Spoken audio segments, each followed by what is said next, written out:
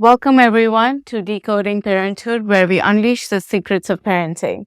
Today we have Miss Nusrat with us, who is going to be talking about challenges that a parent might face as an immigrant. Hello, everybody.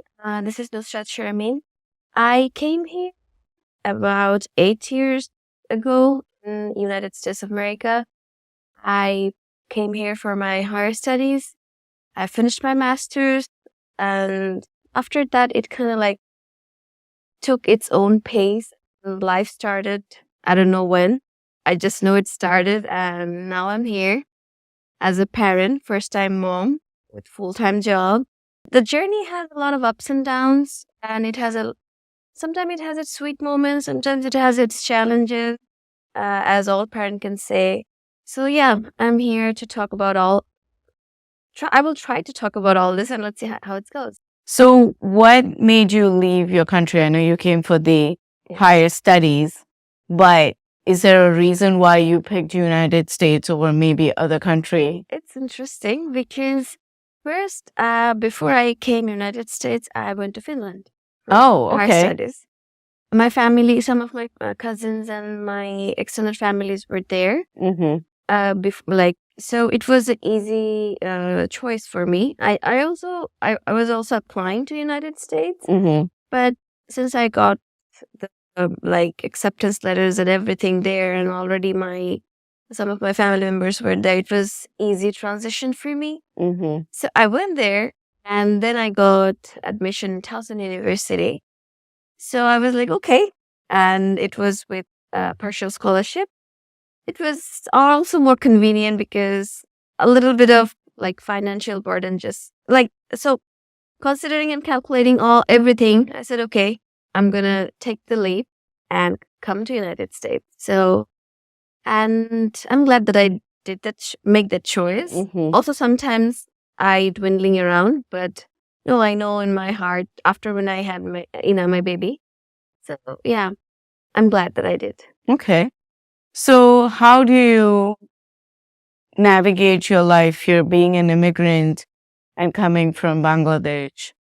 Is life here different than back home? How do you navigate life here? So I'm not sure about, Bangladesh. Like, do women there are working? Yeah. Okay, so they're working. It actually depends on which part you're talking. Okay. Which part the person is from. Okay. Or the families. But yeah, people are working no matter which family status or wherever they're coming from. Mm-hmm. Sometimes I would say some people have to work 10 hours. Mm-hmm. Sometimes before I came here, I used to be an executive engineer in a telecom. So after my undergrad, I was working for a while, and then I figured, okay, undergrad is not. I will stop my study. Mm-hmm. I have to pursue my higher studies for promotion and all these things. So yeah, it's actually not what make me to leave the country or I came to pursue my higher studies, and when I first came here, I really didn't think that I would settle down here. Mm-hmm. I thought that maybe after my higher studies, I'll go back because once you have higher studies, when you go back, you get a job. It has better chance to get promoted and all those things. So that was in mind at that time. But then I came here. I finished it. I got a job. And then before I got a job, I got married. Life I don't know when it happened. I mean, when I think about it, and when I was a senior questionnaires, I was speaking to myself 8 years. Really? Yeah. When did that happen? Go by. Time go by. Did you have any language barriers when you came? I did not have language barrier. Or any challenges that you had to overcome? Social barriers. That I would say. Okay. There are certain things. There were people when you first come to a different country, especially for higher studies, school is a very good resource to mingle to the society. Right. I got that from Towson University, and I would say like there are many organizations, associations for foreign kids, for South Asian kids, the student associations. I used to graduate student associations, and I was part of many of that. So I'm glad that those tools were there to help me to kind of navigate around the social challenges that I had that time, because I won't say I'm a kind of shy person, but to mingle with a different cultural background, when you come, it's kind of like from like one fishing tank to another one. So the whole ecosystem just kind of changes. Doesn't matter how friendly, doesn't matter how chatty you are. At some point, like you have to introduce yourself. You need to get to know the other person. Like the whole shebang it's there, and sometimes it can get overwhelmed. It can get lonely in both ways. I have those like few challenges, but at the same time also I was studying. It was master's course, not undergrad, so there was a lot of international students and stuff, right? Yes. Yeah, And a lot of coursework and a lot of things. But it kind of passed by in 2 years. Like whoosh. Yeah. And Now that you are a mother to an 18-month-old, right? What being born and brought up in a different country than United States, how is it different raising your child here versus maybe compared to your childhood in back home? A lot, I would say, because when I can remember my childhood with like me surroundings with a lot of family members. And I don't think I can be able to give my kids that, because it's just me, my husband, and my baby. So the first thing if any kind of comparison comes to my mind, like her immediate family is not here, where I was constantly surrounded by my immediate family. Right. My tati, my mommy, my auntie. Yeah. Like being someone from a South Asian background, I can tell that we have no lackings in time in terms of family members. Right. Yeah. Sometimes some family members I don't even know the name. I just call the auntie because they all just show up, right? Yeah. Like every family function is like 50 people to start with, right? Yeah. So you miss not having those people or that family for your daughter's life. Like that's what you're missing. Yeah. So that basically points to social development. Like do you have like does she have friends or she goes to play date? Okay. But it's like I work 9 to 5 job. My husband does 9 to 5 jobs. She is in daycare. So only time we get for her outside our busy life, and also she's busy too. Right. When we work 9 to 5. She also stays in a facility from 9 to 5. So Right. only the weekends, and after the house chores that we do. Yeah. So one holds her, or one plays with her. One does the chores, another one takes rest with her, and then one does the chores. So, considering all that, maybe one Sunday, and maybe after 2 Sundays, another Sunday or Saturday, that's how it goes. But like all of a sudden, impromptu visitation from your family members, that's not there. Right. Yeah, and with that, I think I was being more, adored by my family members than like. I know that every morning we kind of talk, like she talks to her grandparents in the morning, like show her face on the FaceTime or in the video chat, like for 2 minutes. And okay, now we have to drop her to the daycare. These things happen, but there's no emotional touch. There is no emotional attachment. No. There's no emotional attachment. Yes. So coming back to a conversation about you were talking about social barriers that you face here versus back home, where there were so many people that you were always surrounded by. How does it affect language?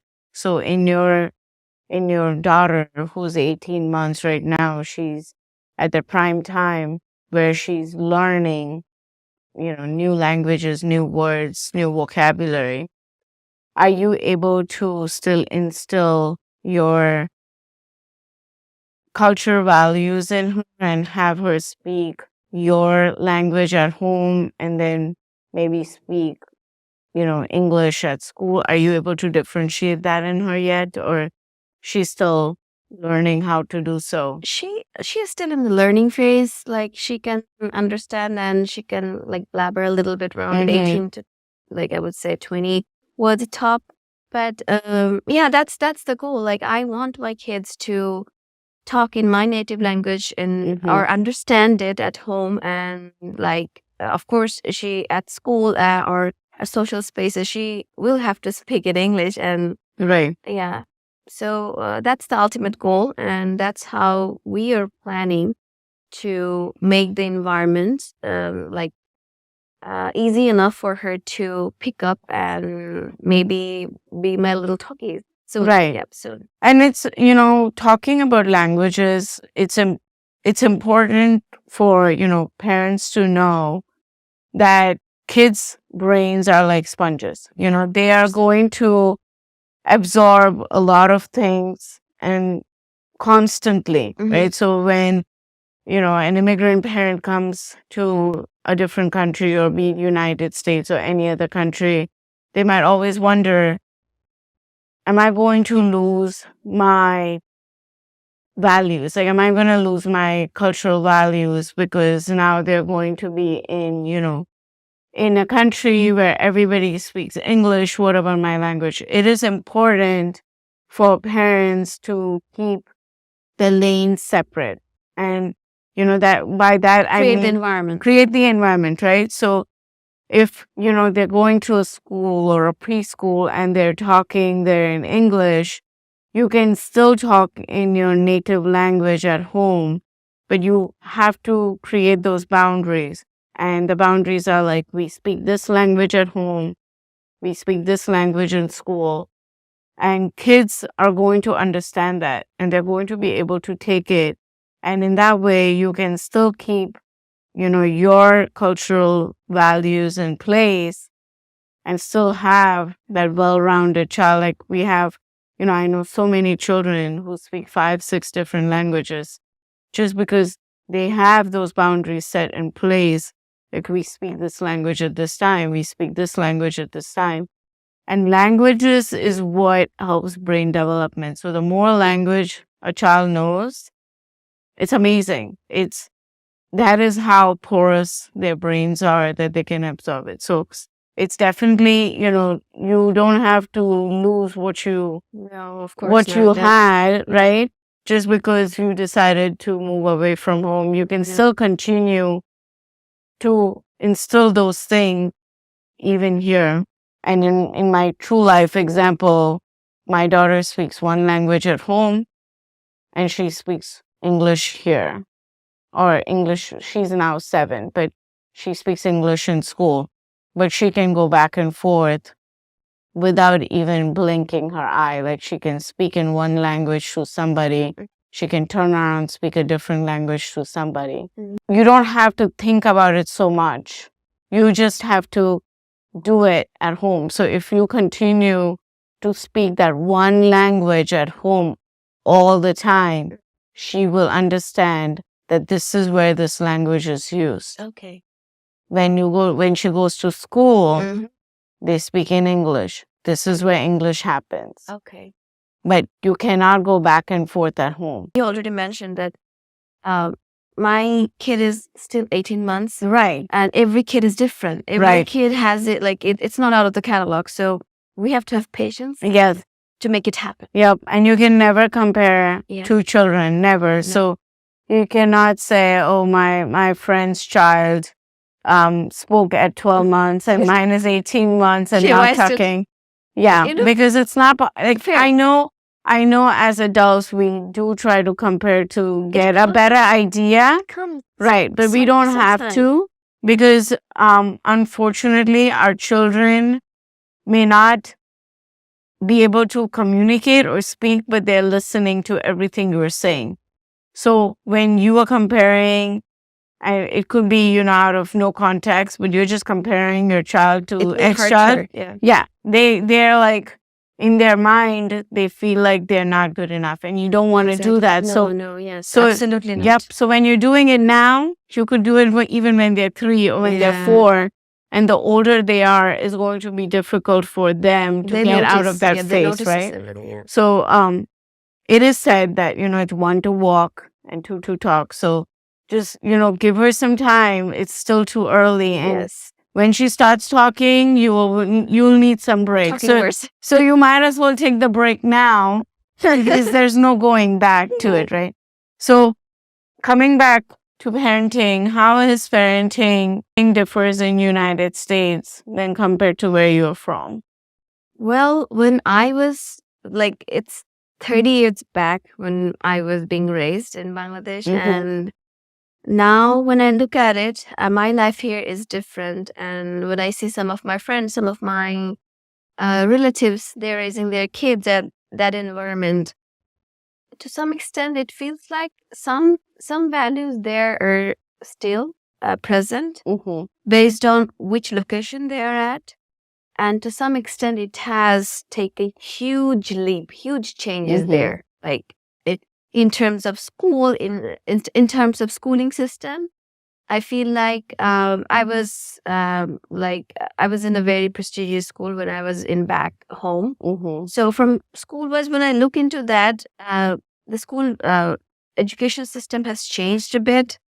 So the challenges that I used to face now, I think it's a bit more than it used to be. So kids are kind of a little bit more under, how would I put it? More stressful? Not stressful, like they face more challenges these days than back, because there are now more populations, and like for when they go for like a good educational school, like for admissions or stuff, and like per seat, there are more candidates now these days. So it's challenge in a different level. And for that, to achieve that, for those kids, their parents are preparing like a battle, like they have to do everything. So it's the challenge back when I was like, if I talk to my time, it was there. And now here it's like, now there, it's still there, but I think it's a bit more intense. And when I came here, when I see the system that's in place, I feel like, okay, like I think they start the process a bit delayed, so it's like a cramped up at the same time. But here, the development starts earlier, like very early. I mean, when I see my kids go to a very good daycare here, thanks, and the facilities and the props, the system or the curriculum they go through, I can see my kids' development or the process has already started, and I can keep track. So it's not all cramped up to the one time. I know kids are sponges, but sponges is limits. Right. I would say that. Yeah. So I feel glad from that perspective. What are the things that you could say that benefits your raising your child here versus back home? When I think about, no, she will go to a good education system, and in a good neighborhood, she will have a positive environment, and she will have props for like extracurricular activities, which I feel like back, it wasn't that much. It was all nothing but school. Very few people had the opportunities to go to dance classes or like swimming lessons, or maybe the kid is athletic, so parents are pursuing other than school. Okay, let's give it to the like sports clubs and see how his or her chances are. But here, there is more room for that. Of course, there is a financial issue that comes. Sometimes here, even I can see, but still there is some scholarship opportunities, very limited, but there is. So I would say that is the advantage or upper hand, I would say. There, that facilities or opportunities are very limited, because population is like a lot, right, and the options are limited. So overcrowded, I Mhm. would say. Coming based on what happens in our society nowadays with, child safety and child endangerment, what challenges do you face when it comes to finding a safe environment for a child? Like, what are you looking in, in a program that meets their needs? Well, at first, being the first time mom and also a full-time working person, like it's a constant fear that comes to my mind, that especially after like every incident happens surrounding you, it kind of put an effect on your mind. I'm it's not very like long ago that there was an incident happened in Nashville. Mm-hmm. So and it happens in a frequent time, I would say, here. So that's kind of put a lot of pressure in my mind. I think all parents go through the same, like it's like a wave. Once it happens somewhere, the other places get the ripple effects, and then they try to take some precautions, and then some other places it happens. So that's kind of fear that I feel when I think about it here. And like, I think when it doesn't matter where you raise your child, there is some issues that will come up and that will make you worry about the kids and Mhm. about also yourself. So you have to just navigate your life around, and all you can do is find a good neighborhood, ask the authority where your kids are, and have a meaningful conversation, have some mindful like actions to take, so that if you have the authority, or if you have the ears of the authority to send your words to, so and work together, alone nothing can be done. So it's a group effort. People doesn't say enough that it takes a village to raise the children. Mhm. So it doesn't matter if the village person is from your same background. Once you're raising your kids somewhere, you gotta work it together. I don't know how, but you gotta just find your way out. And that's my constant struggle, like finding the people and finding the right group to like make your kid into like take your kids to and introduce to, so she can have a happy childhood, at the same time a safe childhood, and you keep your mind at peace. So yeah. So as you bring those points out, right? So when you're new to this country and you don't know how the preschool system works and Yeah. the stuff works, Yeah. right? How would you, as somebody who moved in, like, let's say, advice to somebody who moved in recently to this country and they're looking for, um, an environment, a safe environment for their child? What are the things, like maybe 5 things that you looked for Mhm. in a school before you picked one? What were the things that you looked for, in a program for your daughter?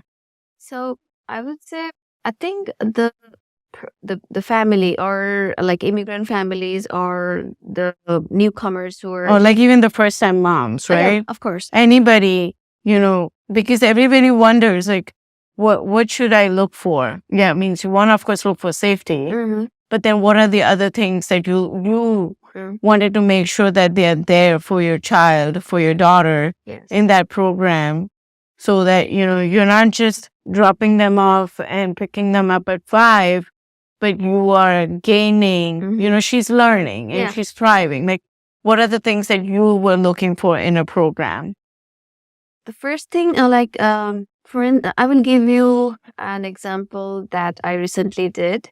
It's like I was looking for a space, like a daycare. So what did I do before I chose? I live in a relatively very safe and very good neighborhood. Mm-hmm. So that's the key point first to look for. Mm-hmm. And like if you are very new, you can ask for help in your community. Like even in here, I am sure if you are from India, if you are from Pakistan, Mm-hmm. if you are from like other part of the country, you can find a community, maybe in a church, maybe in a synagogue, maybe in a mosque, maybe in a temple. So there is a community, like people you can find. And even if you don't want to go there, like if you live in maybe in a good city, there are many social, like there are many groups and social platforms. So I wouldn't say just pick a random one, but you can see, you can look for options there first, and there are meetups and there are many things, and there are different kind of moms groups or parents groups. So you can find their reviews and stuff, and then you can go to general, like a farm for your kids for one day out in a weekend. It's like sometimes I do that, and we have a good day out for the kids. And when you mentioned about what programs I look at, like in the daycare, before selected the daycare, I took 5 tours to 5 different daycares, and some has long lines, but still I said I'm going to go, because once I went there, I didn't know what to ask. Right. So once I go there, okay, so maybe I need to ask about their employees. Or maybe I need to ask about how's their policy of communication when I will send my kids, because my kid is allergic to banana.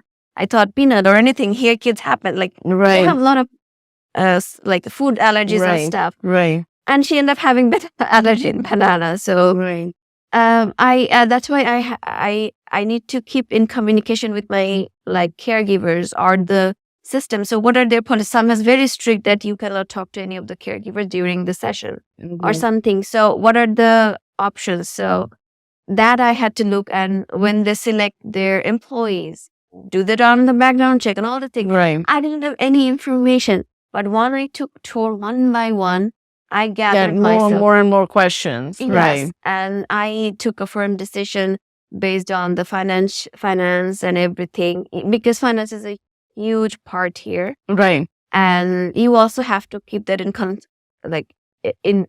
consideration. Yeah. And you said, like, I cannot just drop my kids and then come, because after I took the considering all the decisions, your kids always tell something. And even though she doesn't talk, she can tell with her expression. Yeah. She can tell with her that she doesn't like it. And you as a mom or as a parent can pick it up. Sometimes you can, because you're human, of course. But your instinct as a parent always works. I feel like it. So yeah, there's something, you have to figure it out. Yeah. So what advice would you give to somebody who is a new immigrant or who's starting their journey to maybe to United States or maybe to a different country? Okay. You are not alone in the journey. In a way or another, every parent go through the same journey. You just have to have patience and look for the people, look for the right people you want to raise your kids with. You want to surround your kids with, because like a single wrong decision can make a scar that it would take many, many years to get rid of, or maybe it would be, I don't want to say bad words, but yeah, you have to be a bit careful when it's about your children. So, and Godspeed. Yeah. And, it's, coming back to everything that we, discussed today, it's important to know, as she said, that you're not alone. There are a lot of people who have made that decision and who have taken that, step towards a different opportunity. But there are people out there who are the right people out there to help you and guide you in those directions, right? And, social skills and language development is still possible even if you're away from home.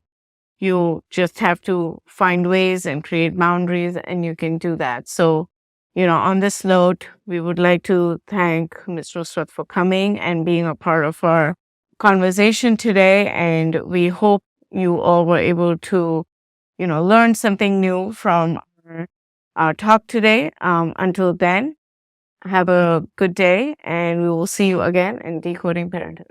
Thank you. Thank you for having me. Of course.